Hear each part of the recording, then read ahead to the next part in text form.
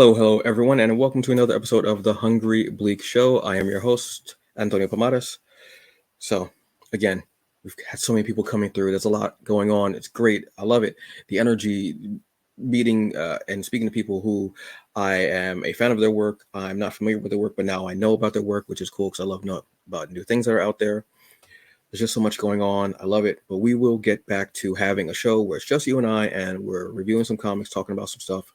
We will. But there's so many incredible people coming through. I have to. So let me ask you real quick. How you doing? You good? How's work? That happens sometimes. How the loved one and the family. They're always going to act like that. I promise you. But you still got them in your heart. How's that thing you had to take care of? Did you take care of it? All right. Well, just make sure that everything's straightened out. Okay. You squared. You 5x5. All right. Great. So, we've been talking about Epiphany Engine lately, that huge crossover that's happening, monumentous, as Colleen Douglas called it, a behemoth going on. There's so many creatives that are a part of it, people who are kind of new to the game and people who are steeped in the game deep. And today we have someone who is in the game deep, 30 plus years. That's incredible. That's amazing. That's awesome. Bringing stories to us for so many years and just enriching the culture of comics and just creating new characters and new mythos for us to enjoy. So I'm not even gonna chatter on about it. I'm just gonna introduce him. Amazing. Yeah, just awesome. And one of those people that when you see him, you definitely know this is the cat. Folks, this is Andre Batts. Hey, pleasure. How are you doing today, Andre? Doing wonderful yourself. I'm doing well, sir. I'm doing well. Thank you so very much for being here. Truly appreciate it.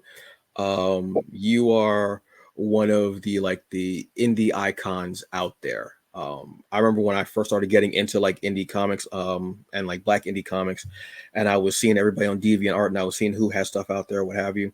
And you were one of those people that kept popping up, being there on a regular and constant, and it's awesome. One of Detroit's finest, I want to say as well, Appreciate that. sir. So let's get right into it. 30 plus years in comics, which is amazing and incredible. Congratulations for that, Thank obviously. you. Thank you.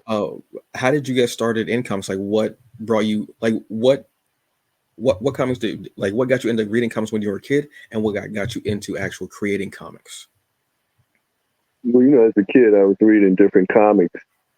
As a kid growing up, I was reading, Spider-Man, the basic Marvel comics, um, Luke Cage, Doctor Mhm. Strange, Thor, X-Men when they came out, Avengers.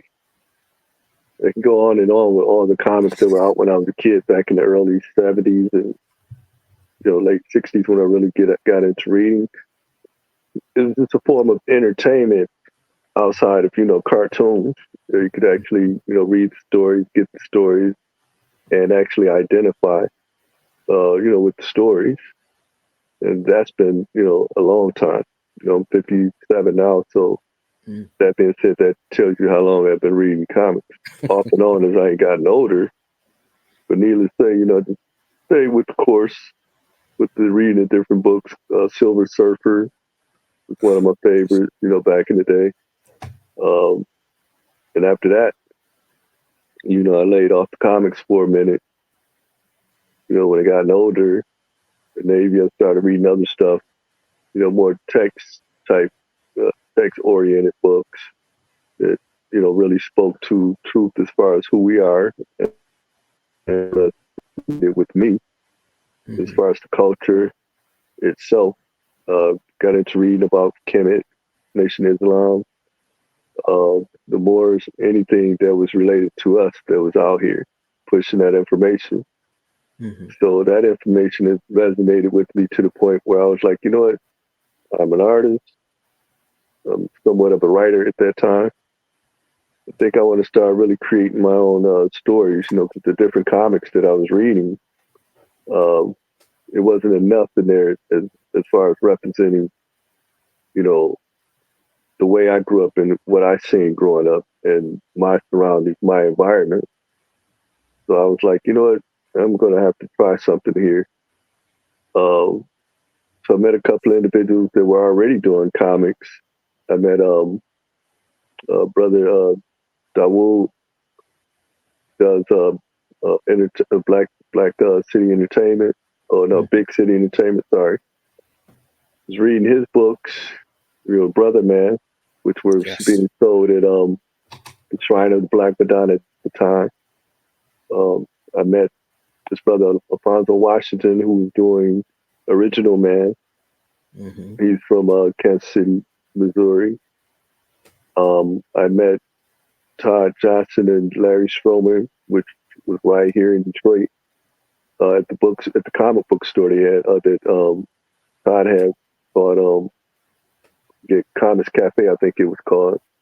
And I met them because I guess they were doing something related to looking at the individuals' artwork or stories that they had, or they were, what they want to bring to Tribe. So went there, and I got some good input as far as constructive criticism.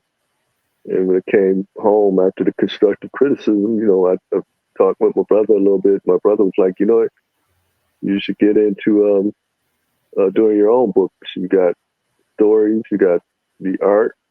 You should focus on doing your thing. And at that point, I was like, you're right, because I had money at the time, finance that could finance myself. And I was like, you're right, that's what I'm going to do. And me and a couple of friends, we sat around and we were just talking about art in general. And they were more into fashion or, abstract art, stuff like that, which I can do abstract as well. And then when I showed them the character that I was thinking about doing, they were like, man, that's cool. You should rock with that. You should go with it. And I was like, yeah, I am, because, I've been working on this character for a minute. This was in the late 80s when I started working on this character. Mm. And after that, everything else is behind me. I love hearing about what people read when they were kids and how it influences them. And it's funny, the name I've heard a lot recently as far as characters was Silver Surfer. Okay. I knew Silver Surfer was the cat, but and I enjoyed Silver Surfer as a kid. I even, when they had the animated series of Mm-hmm. Silver Surfer, which wasn't a long running, so I think it lasted like one season, but it Okay. was so different and so more. It was more mature than some of the cartoons that were out there, even from Marvel, even like X-Men or what have you. Mm-hmm. And it was hitting. So I love hearing so many of us say Silver Surfer because that was such a heady comic. Yeah. Still fun and everything, but it was out in space and you could just have, it was just this vast array of anything that you could do out there. And I just love hearing other people say Silver Surfer. It's just awesome to me. Also, and Guardians of the Galaxy. I forgot about them back then. Original Guardians of the Galaxy. Yep. With What was Fantastic Charlie Four, Yondu, 27? Charlie 47, I think was the name. Yeah. And we had Martinet. Mm-hmm. They had a show. I was reading them as well. That put my mind out there as far as when it came to creating what I do. 'Cause those were basically the bulk of the comics that I read growing up, were more cosmic related or space related. Yeah, those were, I remember reading Guardians of the Galaxy, and not really knowing about what it was about, but I was more into space, everything. Like I mean, obviously I read some Spider-Man and some Batman, Right. Superman, what have you, but it was more space stuff that always hit me. I think I even read something Dark Stars, I want to say. Okay. Sounds familiar. I know, Yeah, and another, yeah, and another one that I loved was Warlord. Warlock. Yeah. Oh yeah. Warlord was, Or I even Warlock. remember having a figure. Mm-hmm. Let's not Like, forget Warlock. That was another one of my favorites. I And mean, the that original was, Captain Marvel. The yeah. original Captain Marvel. Hmm. I wasn't as much of a Captain Marvel reader because I didn't know as much about Captain. I knew about Silver Surfer as far as like cosmic Silver Surfer, Thor, even too, because that was more his adventures and in like outer space and the bridge and Okay. everything. So I focused more on that one. I was a Okay. big Thor reader as a kid. Like, come to think of it, now I was a huge Thor fan. No idea. Okay. I just was a huge Thor. I think it was the hammer and the bridge. The Oh, Rainbow that's Bridge thing all the hit me. colors. Yeah, like just being able to go anywhere. Mm-hmm. Now, you've, like I said, spanning such a great time, such a time that you've been doing comics and the characters that you've created. The one that, like, obviously Dreadlocks. Okay. That's the comic that, I mean, when you see the banner, if you're at a con, any event, and you see that banner, you know exactly where to go. That banner is Yeah. iconic. I'm gonna be honest with you. Like, the minute you see it and the green and everything, and you see the background of the cosmos of space, you Mm-hmm. know exactly where you're going. Can you, for Appreciate those that. who may not know about this, can you tell us about Dreadlocks? With Dreadlocks, basically started off with another group that I created called Black Watch. I created them at the same time. Uh, but I felt that doing the group thing would have been too much because now I have to deal with like 8 different personalities, and not only their personalities, but you also have to deal with personalities of those that they're dealing with as far as fighting is concerned. Mm-hmm. So I decided that I would make Dreadlocks the flagship character of my urban style comics universe, due to the fact that for me he was more appealing in a sense of, I had to put him with the cape, the locks, everything about him. When I was creating him, I was like, this is what this means.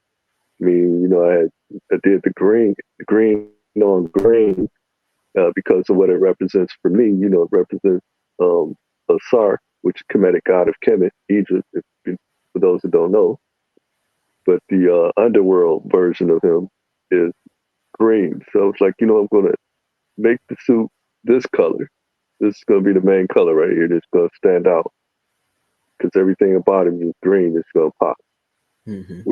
I did the locks because why? At that point in time when I created Dreadlocks, it wasn't any characters out there that had locks. Not back in the 90s, early 90s or late 89 or somewhere. There may have been one or two, but I didn't see him. But in my world, he was the only one. So me being the way I was about the system, as far as growing up and how the system basically treated us as a people, I was like, okay, give him this look, give him the beard. I gave him the little beard, goatee, because didn't see any characters out there with beards or even semi-beards or goatee. They were all clean shaven, no hair on their face or anything like that. And one thing about that is my uncle, may he rest in peace, one thing he told me as a kid growing up is, a black man should never go without hair on his face. So that kind of resonated with me in creating this character. And I Right. thought about what he said. I was like, well, everybody that doesn't have hair on their face is in the corporate world. They are a little different. So I said, I'm going to make him a little rough around the edges to some degree as far as his look is concerned. But he's not really rough around the edges. Mm. So I made him more cosmic related because, I took the concept of God, sort of mythology of Kemet, Egypt, and I intertwined it and blended it into my character as being, as far as me being a fan of Thor as well. Mm. I'm thinking Thor being the Asgardian god, why not have a black god, a demigod? That's what we're going to do with this character here. So I intertwined some of the things that I learned into my character, Dreadlocks. Also, I'm a cosmic type hero fan. We get into Silver Surfer. And we're dealing with the universe itself. So I had to add a lot of that element into it.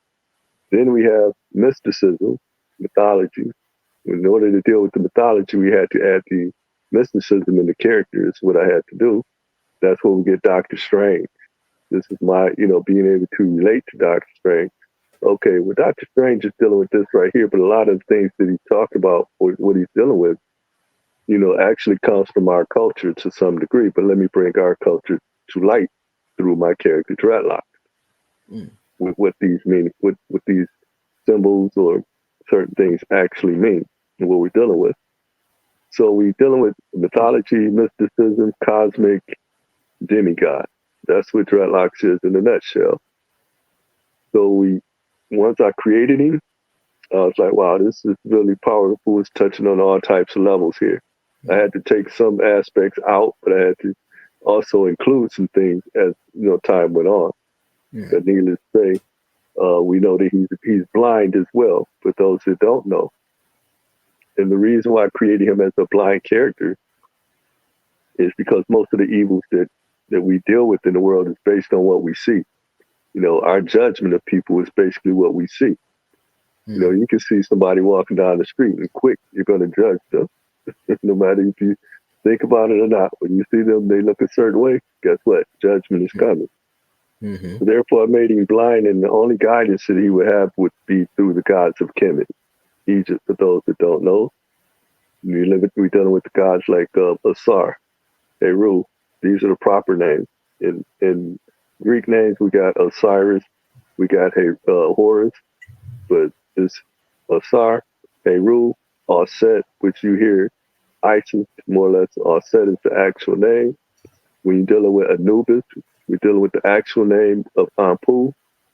All of these characters tie into Dreadlocks. And by him being blind, these gods resonate within his cosmology or his body itself. When he meditates, they come through his third eye sight. And now he knows how to deal with most of the things in the urban universe, which there we got Detroit. I brought him into my world, my actual world, to live in this actual world. So he's not just strictly a cosmic being. He can get cosmic, but he's more or less based right here in my hometown. That I think is always cool when you have a character so literally larger than life and who encompasses so much, and you bring them to Earth and they see how things are on this planet, like things that they may not think things that they may think are kind of like beneath them, possibly, like not in a derogatory way, but just beneath them. And then seeing it every day, and seeing how what they do affects and how Earthlings and people on Earth might view them. I always love that, how it's very because they can be very relatable in that way, seeing something for the first time through their eyes and their perspective of it. Those stories like that are always cool to me because it can change your own perspective about things. I never thought about it like that because of this. So it's a nice it's a great device to bring awareness to things, or just make people think not everything is what you think it is. Now I want to add something to that. Remember, Dreadlocks, he doesn't see what's going on. Right. Remember, he's blind. So it's basically vibrations and energy that he picks up and that he deals with for the most part. The thing of the matter, that's why, when I created him, the gods actually created him from dust into spirit, into man, as far as the form of man, into the superhuman that he is. And they placed him in this universe. He was born of this universe. He basically, dissolved out of the universe and then recreated by the gods. Then they placed him back into this universe as a physical superhuman that would be blind, because they didn't want to have him see the actual experience. They wanted him to feel and understand the experience in another way, as opposed to, once again, we're going back to, you can see somebody on the street that's looking a certain way, and we come into a judgment quickly because of what we're seeing. So that's why I kept the sight out of the whole concept of the character himself. His experience would be based on people's energy, the vibes that they bring. And that's basically how we should be dealing with people anyway, not by what we see when we look at them. They got a lot of hair on their head, we're judging them.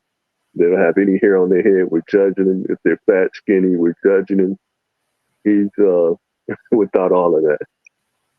So he just comes, you are as you are. No, exactly. Right. He sees nothing but your intentions, basically, and how and your energy towards him, which is great. And I love the fact that seeing that and seeing someone's true self, I guess the way to say it, but also how people might react to him, seeing him being blind, because then you can tell right off the bat how someone's going to approach you, right, like that. So so it's it's that thinking thing of how are you going to come across and that other perspective, other point of view, and seeing someone's true self, which is awesome.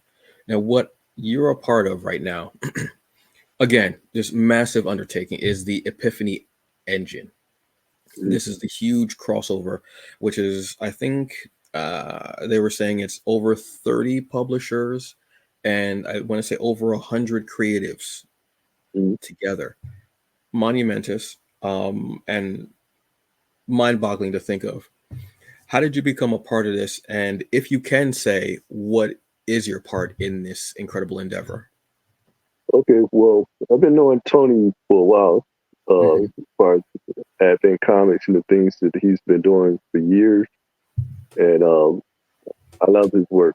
Um, the Titan, I've been following his stuff for a while. It's like there's nothing that he's done artistically that I've seen that I've ever been disappointed with, or whatever, because it's superhero driven, and he's got other characters too, but it's just a unique style. So I guess by me following him, he just so happened to make a post about different characters and basically where we are as different creators. And he made a post with all us being, good at what we do. We're still Hmm. not technically being seen. You know what I mean? We can Yeah. go places and people have never seen Dreadlocks. We can go places people have never heard of Titan, so on and so forth. So he made a post asking, what do you think about doing a collective of all these different creators? If you think that's a good idea, yes, say yes. If you don't, you say no, all that good stuff. How do you feel about it?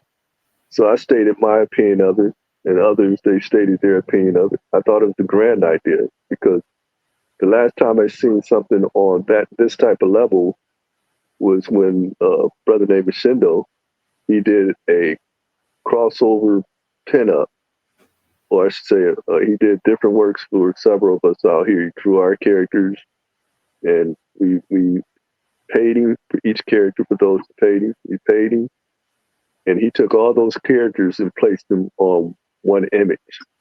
And when Mm. he did that, that was dynamic. It's like wherever you go, it's like people see it, they want it. I still have the prints myself of this, and I thought the way people reacted to that, they most definitely would react to a story that's written and drawn out with all these different universes combined together or clashing together in some form or fashion. So I say, yes, I want to be a part of that. I'm always trying to be a part of anything that I feel that's positive. If it's positive and it's not about any click stuff, he didn't put anything out there like, oh, this click is going to be in here, click going to be there. None of that type of stuff is strictly, you got some good, material, let's bring it all together. I vibe with that. His energy is good, so it's like, you know what, let's do it. As far as my part in it, I don't really know my part just yet. They're going to use, I'm giving them the bio and everything of the character, Dreadlocks, and they could use him in whatever form or fashion. If anything's needed as far as language and better understanding of dealing with, once again, when we're dealing with comedic gods and stuff like that, I guess that's where I would come in to help flush, his story out some when it comes to however he's going to be used in this ultimate universal story. Mm. I think that's. I, I think again. I think it's still mind-boggling to think of all of those characters. I mean, you'll see crossovers every so often, which I do enjoy. I love seeing indie creators going, "Hey, we got something for you," and you'll see one character in someone else's style, and vice versa. Yeah. I love seeing that type of thing. So seeing all of these characters and the possibilities of the interactions and ramifications after this. Mhm. Maybe some people might team up and do series together. Maybe they might do like a yearly thing, what have you, Right. whatever it is. Mhm. This is incredibly positive. I love seeing the unity that's involved in this. Mhm. And I love how we might see different takes on characters Right. that we haven't seen because they might be in someone else's hands. Not just the art of it, but maybe the way a character might interact with these other characters. Correct. That's just very exciting to me. As a comic book fan, as a fan of crossovers, like the biggest thing that I can think of as a crossover is the and it was literally a crossover was the amalgam books with Marvel and DC Oh yeah, back in, I when remember that that. was in like the 90s, I want to say. like the mid Mm-hmm. '90s, maybe. The 90 or early 90s.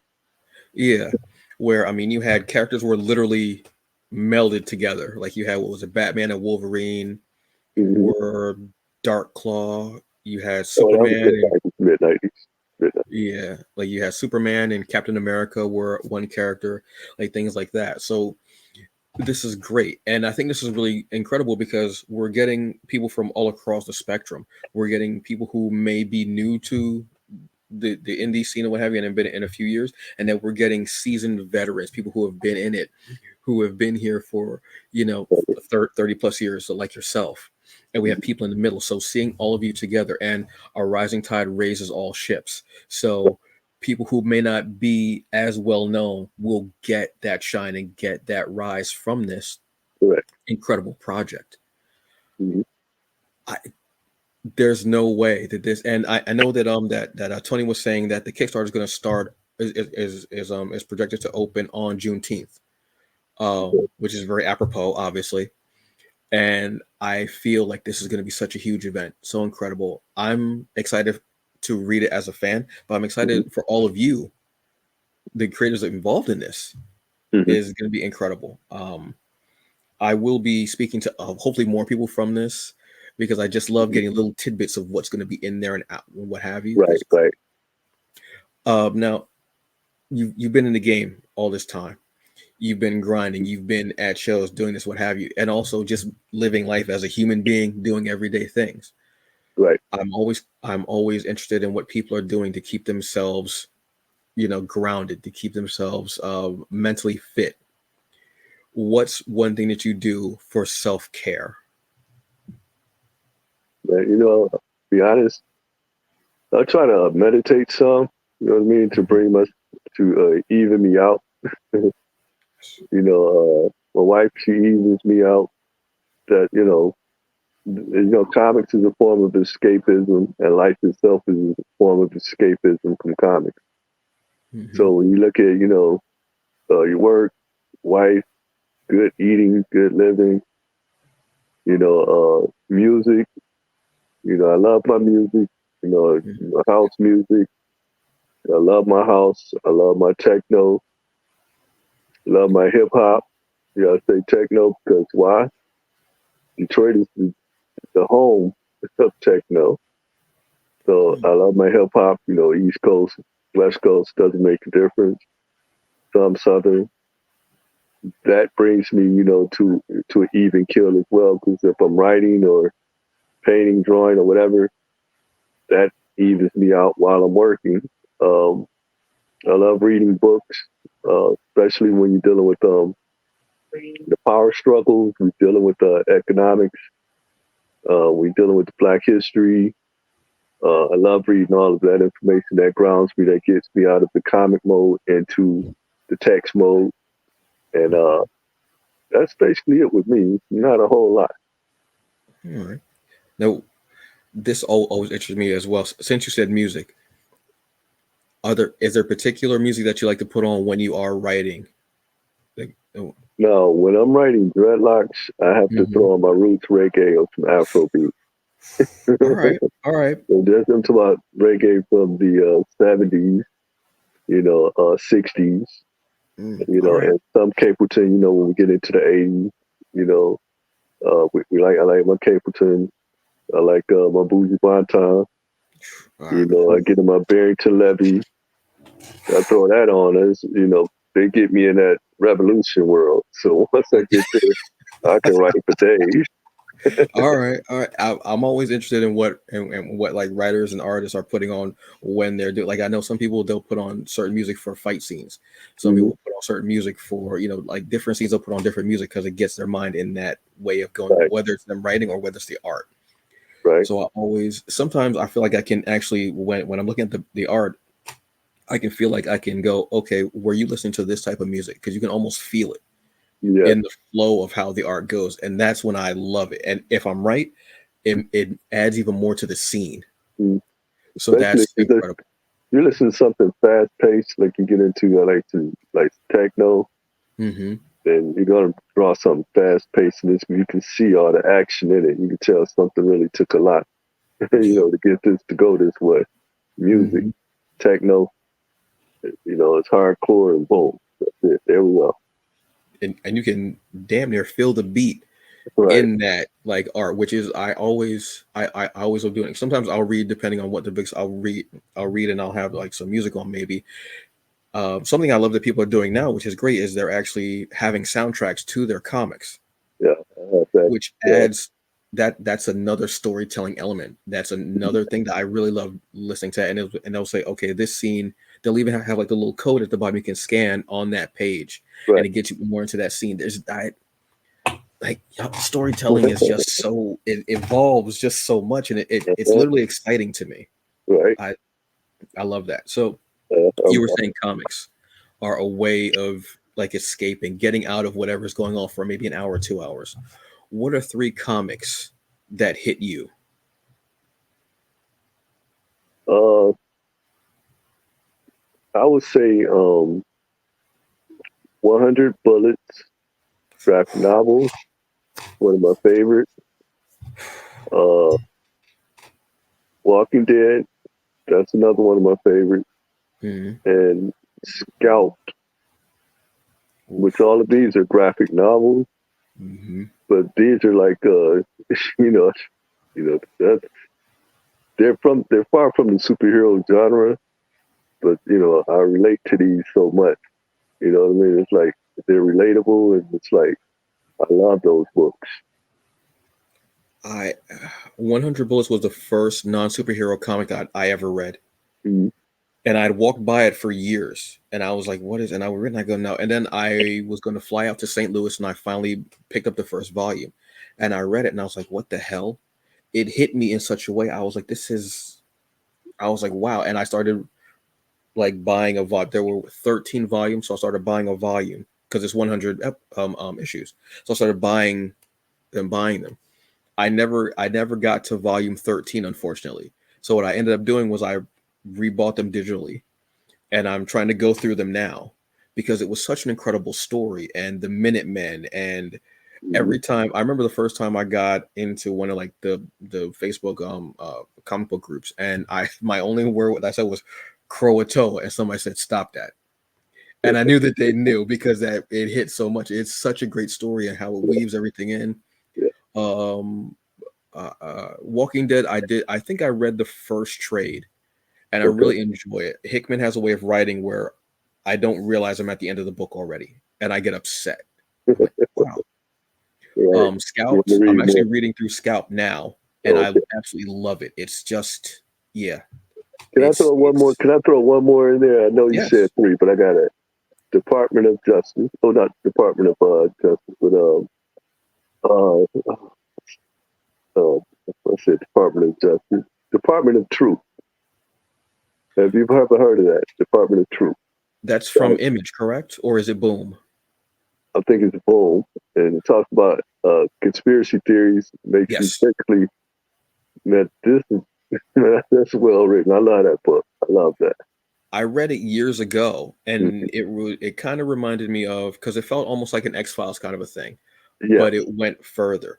And I read it. I don't know why I didn't finish the series, but I read it and I was like, "Yeah, this is so good." I read it. I think like I bought it that morning, and I had a day off, so I ended up just reading the whole thing. And I was like, "Oh, this is really good," because I wasn't expecting anything. Some the best right. comics I've read are ones that were spur of the moment reads, and it was Hmm. on sale, and I was like, "Okay, I'll buy it." Spur of the moment reads end up being like my comics of the year because they're so Right, good and so well done, and not what I was expecting, and took me out of everything that I right. thought I wanted to read that day. Those, oh yeah. See, now I got to go back and read. I Oh, yeah, definitely got to read finish those. 100 Bullets. Oh, yeah, read all of those. All of those are good. Department of Yeah, Truth is on a whole nother level, to be honest. you gave me so. Yeah, I really want to finish 100 Bullets, but I Mhm. started really getting into Scout, Right. and something I forgot. Something happened where I stopped reading it. I I think I think got a little halfway. distracted. Yeah, but that's okay because I'll just start from the beginning and work my way through it again. That's no problem because I think I have all five of the omnibus books. I want to say, Okay. yeah, Okay. I think so. So no, or are there three of them? I know there's less than 100 Bulls. I think 100 Bulls has five of them. of the omnibus, I think, and I know I have all the 100 bullets. Oh yeah, I feel like I need to take a month off sometimes to just read, and I still I, won't be anywhere near you getting know, through well, everything I have to read. you will. Those are yeah, those are phenomenal choices. I'm so glad that you brought up 100 bullets. I'm so glad and that was the first one you said. I'm so happy that you Get said you right back into it again. it. Like I wish perfect world I would have that be a series, like a mini series, because I That's think what it's I Prime, say and I that would all have the it on time. like yeah, I'll like watch it over and over. exactly like have like it be a mini series of 13 episodes, and you could put it on like AMC or whatever, because that one has to go. It just goes so well. Damn. All right. Oh yeah, just got a big smile on my face by saying that one. Truly, I'm very happy. Thank you very much for Good saying one thing. of my favorite comics. Thank you. I truly appreciate that. So, we've talked about your incredible legacy, the projects that you're doing, what helps to keep you grounded, and what helps you to kind of get away from for a couple hours for whatever might be going on in the day that's really getting to you, or you just need that thing to just even you out. Now, obviously, I'm going to talk about food. Food is what nourishes us, not just physically, but also mentally, spiritually. Sometimes that could be the best part of your day. You're looking forward Right. to that leftovers, Oh yeah. whatever it is. So today, you chose to talk about a restaurant. Excuse me. You chose to talk about a restaurant in Detroit, which I feel like every time somebody talks about Detroit, I feel like I have to go to Detroit because I start hearing about the things that y'all got going on up there and the food, and I get upset, and it's not right. So today you wanted to talk about Trap Vegan. Yeah. Try vegan. Now that's one of my favorites right there. Um, it's pricey, but it's well worth it. Uh, Hmm. you may have to wait. But guess what? It's well worth it. And I get I think it's called the Big Old Boy, or uh, it's an onion ring burger that they have. And it's just Oh, on point. They make good smoothies, all that good stuff. Everything is good there. yeah, they got the You're not gonna go wrong there, I should say. yeah. You I'm just looking have at to the be, so it's the D boy. You got yeah, yeah. D Oh, boy. okay. That's it, D boy. Deep fried And, onion ring, hmm vegan cheese. You got the Trap barbecue sauce. yeah, I love different types of barbecue sauce, so I that's would good. definitely want to try that out. Oof. The Oh, thing oh. is, you just have to order an hour in advance. All right. That's all right. Cause I'm the type of person where I'll study a menu a Okay, couple of days before I end up going to the restaurant, so that's no problem at all. yeah, the Oh, D yeah, boy is the joint. this menu looks incredible. And it's just I love how the evolution of vegetarian and vegan food has come along. Where at one time when you would think about it, you would think of people just eating grass and whatever, like just Right, like the most basic, like lettuce. Like if right. somebody said, "Oh, go ahead," they just come up with this lettuce, this dry salad that Oh nobody yeah, wants. everybody Not eat like rabbits. exactly, but it's come such a long way because of vegetarians and vegans just trying different things out and being ingenious with different fruits and vegetables and coming up with so many different ways of still providing the nutrients that you need without having to eat meat, and also making the food incredibly delicious and looks amazing. I'm always like, whenever I watch Food Network, which is quite often, Okay, and there's someone on there who is cooking more a vegan or vegetarian meal, I always look and I'm always like amazed, and I love that evolution of it. It's beautiful. It's an amazing thing. So if you are in Detroit, which I feel like I wish I was in Detroit tonight because this is looking ridiculous, and I don't even like onions, but I would definitely want to try that D Boy burger because oh yeah. that and the smoothies, because I actually enjoy kale. I think I'm one of the few people that I know that enjoys kale. So I would definitely try that killer kale smoothie because it's got banana, pineapple, mango, spinach, kale, ginger. Yeah, that's just That's oh man, I it. wish I had a teleporter. Just so diabolical. So yes, if you're in the area, please go and try Trap Vegan, but order your food an hour in advance. Like like Andre Oh, said, so you know that you will be man. getting your food and you will be enjoying this incredible meal and loving it from how Andre's definitely talking about it and praising it. So, Andre, I want to thank you so much for coming by and talking about Irma Style Comics, which is, like I said, one of those iconic black indie comic companies and publishers. You have given the community so much, and we appreciate you. We appreciate your work.